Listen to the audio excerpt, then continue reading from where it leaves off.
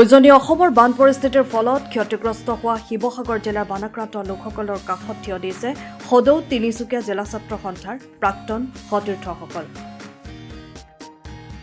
সদৌ তিনিচুকীয়া জিলা ছাত্ৰ সন্থাৰ প্ৰাক্তন সতীৰ্থসকলৰ উদ্যোগত শিৱসাগৰবাসীৰ দুখৰ সমভাগী হোৱাৰ উদ্দেশ্যে বান বিধ্বস্ত অঞ্চলসমূহত খাদ্য সামগ্ৰী, অত্যাৱশ্যকীয় নিত্য ব্যৱহাৰ্য সামগ্ৰী আৰু অন্যান্য সাহায্য সামগ্ৰী বিতৰণ কৰে। বানৰ ফলত বিপদত পৰা বহু পৰিয়ালৰ মাজত এই সাহায্য বিতৰণ কৰা হয়। আয়োজকসকলে কয় যে মানৱীয় দায়বদ্ধতাৰ অংশ হিচাপে এই পদক্ষেপ গ্ৰহণ কৰা হৈছে। আগন্তুক দিনতো দুৰ্যোগ পীড়িত লোকসকলৰ কাষত থিয় দি প্ৰয়োজন অনুসৰি সহায় সহযোগিতা আগবঢ়াই নিয়াৰ প্ৰতিশ্ৰুতি দিয়ে সংগঠনটোৱে। এই সাহায্য অভিযান সফল ৰূপায়ণৰ বাবে সমাজৰ বিভিন্ন শ্ৰেণীৰ লোক, স্বেচ্ছাসেৱক আৰু সকলোকে দুৰ্যোগৰ সময়ত একত্ৰিত হৈ মানৱ সেৱাৰ মহান আদৰ্শ আগুৱাই নিয়াৰ আহ্বান জনায় বিষয়ববীয়াসকলে।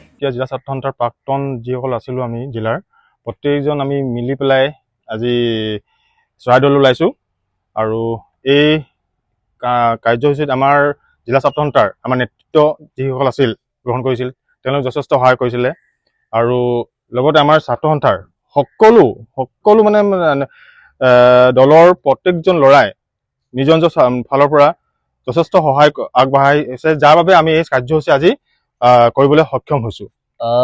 উজনি অসমৰ যি বান বিভীষিকা এইটো অতি দুৰ্ভাগ্যজনক কথা।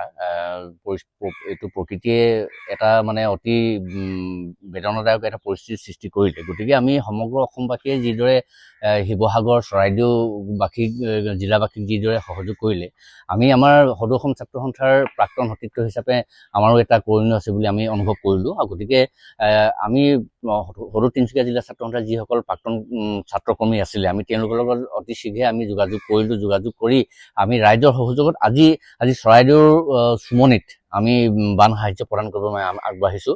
গতিকে এই কাৰ্যসূচীৰ ক্ষেত্ৰত আমাৰ ছাত্ৰ সন্থাৰ প্ৰাক্তন যিসকল সদস্য আছে, কৰ্মকৰ্তা আছে, প্ৰতিজনে অতি আন্তৰিকতাৰে আমাক সহযোগিতা আগবঢ়ালে, ৰাইজে আমাক সহযোগিতা আগবঢ়ালে, যাৰ বাবে আমি আজি এই কাৰ্যসূচী আমি ল'বলৈ আমি সক্ষম হৈছিলোঁ। গতিকে আমি এতিয়া চৰাইদেউলৈ আমি ৰাওনা হৈছোঁ। গতিকে চৰাইদেউৰ আমি দুৰ্গতসকলক আমি সাহায্য কৰিবলৈ আগবাঢ়িছোঁ। তিনিচুকীয়াৰ পৰা Ajay Kumar report, time of Assam. সময়ৰ খবৰ সময়ত পাবলৈ ফ'ল' কৰক টাইম অফ আছাম।